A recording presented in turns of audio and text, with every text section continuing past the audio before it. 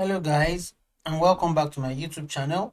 If this is your first time of coming, please do not forget to like and subscribe, and as well share with your friends. And in this video we are going to expand and complete the other test cases that are available there. So it is the same process. Basically, we are going to try to just repeat the whole process and log in on those different types of users. And let's just get on with it. And one other thing that we didn't do is to close the browser at each time that we work with it. So we just do driver.quit, right, or a driver.close. Now, the simple difference between driver.quit and close is, even though both of them will close the browser for you, when you use a driver.close, the session is still alive and can be reused. But when you use a driver.quit, it terminates the session. So that's the basic difference that I know of. You can find out and research more about it, and that would help. So basically, we just want to be able to log in again, this time as a manager, then as a teacher, and also as a student. So the only thing that we need to change here is, there are only two things we need to change. We need to change the user type that will be typed in. The password will remain the same. And we need to change the welcome text that will be detected. Okay? So let us just copy let's copy this into 4 places. Yep. So we are going to call this student login. We are going to call this teacher login, right? And we are going to call this manager login, not manger, manager login, right? Now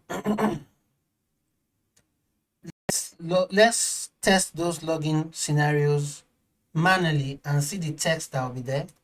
For a manager,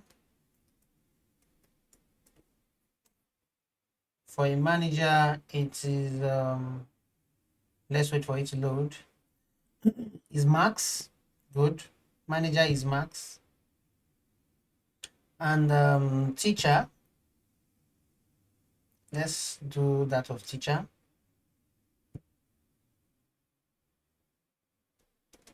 The teacher sandbox, the password.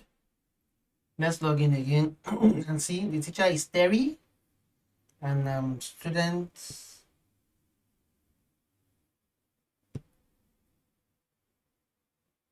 so that's of student.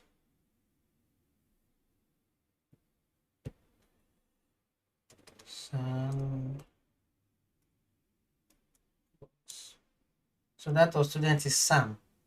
So those are the things we just need to change in our code right now. So for the manager is Max, and this is manager. And for the teacher is Terry. So we change this to Terry. Now for the student, we change this to Sam. Now let's run all 4. And in order to run all 4, we will need to call each and every one of them here. So we have first manager login, then first again teacher login, and lastly, notice how the grade out method pops up. Student login.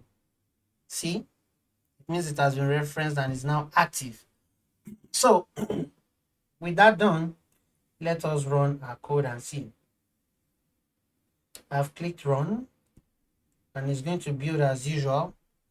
Then it would launch the browser 4 times and perform the login process.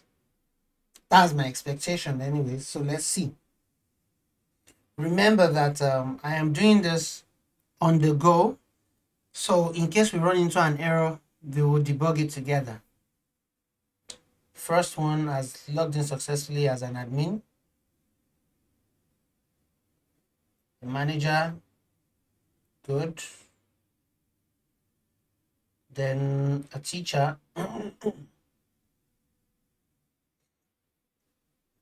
Okay. Then the last one, a student.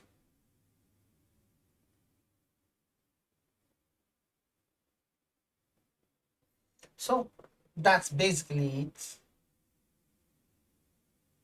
Well, we have run into an error.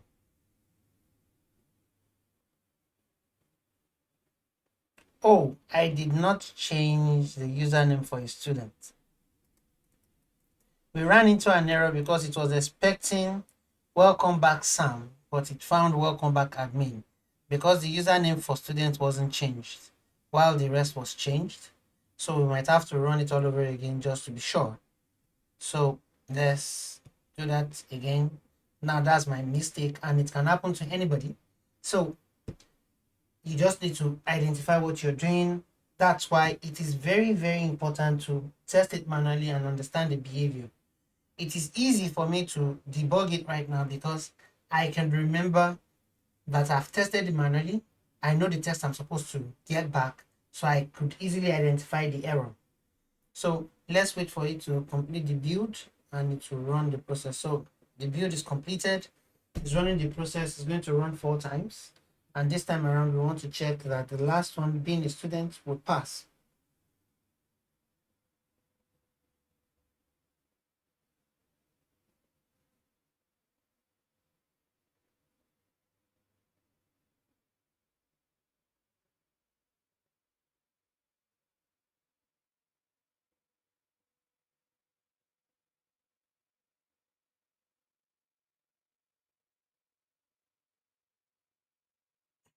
And yep,